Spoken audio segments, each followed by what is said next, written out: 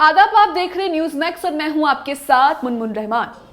19 फरवरी को एक खबर ने जगह बनाई। इस खबर के मुताबिक विश्व स्वास्थ्य संगठन यानी कि WHO ने पतंजलि की कोरोनिल को कोरोना वायरस के इलाज के लिए अप्रूवल दे दिया है। नीचे न्यूज नेशन की एक रिपोर्ट है जो ये दावा करती है कि इस आयुर्वेदिक दवा को WHO का अप्रूवल मिल गया है। पतंजलि के संस्थापक रामदेव का दीपक चौरसिया ने इंटरव्यू लिया। इसमें दीपक चौरसिया ने कहा, आज बाबा रामदेव ने यह सिद्ध कर दिया है कि जो वो कहते हैं वो करते हैं। उन्होंने कोरोनिल के बारे में बात कही थी, तब इस बात पर बड़ा विवाद उठा था कि उनकी कोरोनिल किट क्या वाकई कोरोना का कारगर इलाज है। लेकिन आज इस पर WHO की सहमति मिल चुकी है। रामदेव ने अपने जवाब में दावा किया कि WHO की एक टीम उनकी कंपनी आई थी और फिर उसी ने उन्हें कोरोनिल को लाइसेंस दिया, जिसमें इस दवा को 150 से ज्यादा देशों में बिकने की स्वीकृति भी मिल गई। इस इंटरव्यू के कुछ ही मिनट बीतते हैं और रामदेव पश्चिमी देशों की चिकित्सा पद्धति की आलोचना करते हैं और यहां तक कहते हैं कि एलोपैथी मेडिकल आतंकवाद पर उतर आई है। न्यूज 18 के एंकर किशोर अंजवामी ने भी रामदेव की प्रशंसा की और दावा किया कि कोरोनिल को WHO की मंजूरी मिल गई है। एशियानेट न्यूज ने लिखा कि कोरोनिल अब WHO सर्टिफाइड है। उन्होंने लिखा, रामदेव ने दावा किया कि पतंजलि रिसर्च इंस्टीट्यूट की यह दवा WHO से सर्टिफाइड है।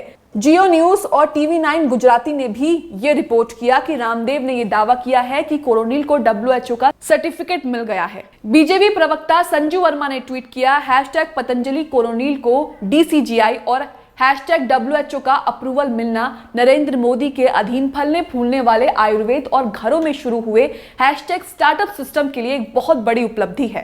जैसे ही ये दावा फैलने लगा, पतंजलि आयुर्वेद के मैनेजिंग डायरेक्टर बालकृष्ण ने ट्वीट किया कि drugs controller general of India Bharat सरकार ने कोरोनिल को गुड्स मैन्युफैक्चरिंग प्रैक्टिस से स्वीकृत सर्टिफिकेट ऑफ फार्मास्यूटिकल प्रोडक्ट प्रदान किया था। एक और ट्वीट में उन्होंने बताया कि CPP licence WHO GMP quality approval के अनुरूप ही दिया गया है। PTI की एक रिपोर्ट में पतंजलि की ओर से आया बयान है, कोरोनिल को central drug standard control organisation के आयुष सेक्शन की तरफ से WHO सर्टिफिकेशन स्कीम के तहत सर्टिफिकेट ऑफ फार्मास्यूटिकल प्रोडक्ट मिला है। आगे इस रिपोर्ट में लिखा है कि पेश किए गए डेटा के आधार पर आयुष मिनिस्ट्री ने कोरोनिल टैबलेट को बतौर कोविड-19 के लिए सहायक उपाय चिन्हित किया है। लेकिन आखिरकार ये WHO सर्टिफिकेशन स्कीम क्या है और ये कैसे काम करती है, ये भी आपको बताते हैं। ये स्कीम विश्व स्वास्थ्य संगठन ने अपने सदस्य देशों के बीच दवाओं के अंतर्राष्ट्रीय व्यापार की सुविधा के लिए सदस्यों के अनुरूप पर शुरू की थी। इस स्कीम के काम करने का तरीका कुछ इस तरह है। अर्जी डालने वाला या इंपोर्ट करने वाली कंपनी एक्सपोर्ट करने वाली कंपनी से CPP मांगेगी।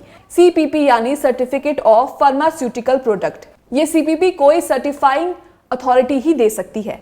आसान भाषा में कहे तो अगर कोई कंपनी पतंजलि की कोरोनिल आयात करना चाहती है तो वो पतंजलि से कहेगी कि वो DCGI द्वारा जारी किया गया CPP उपलब्ध कराए।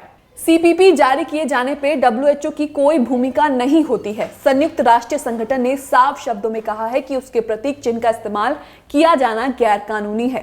तो कुल मिलाकर ये दावा गलत है, क्योंकि पतंजलि की कोरोनिल को central drug standard control organisation के आयुष सेक्शन ने CPP जारी किया है और ये दावा कि कोरोनिल को WHO की मंजूरी मिली है, ये सरासर गलत है।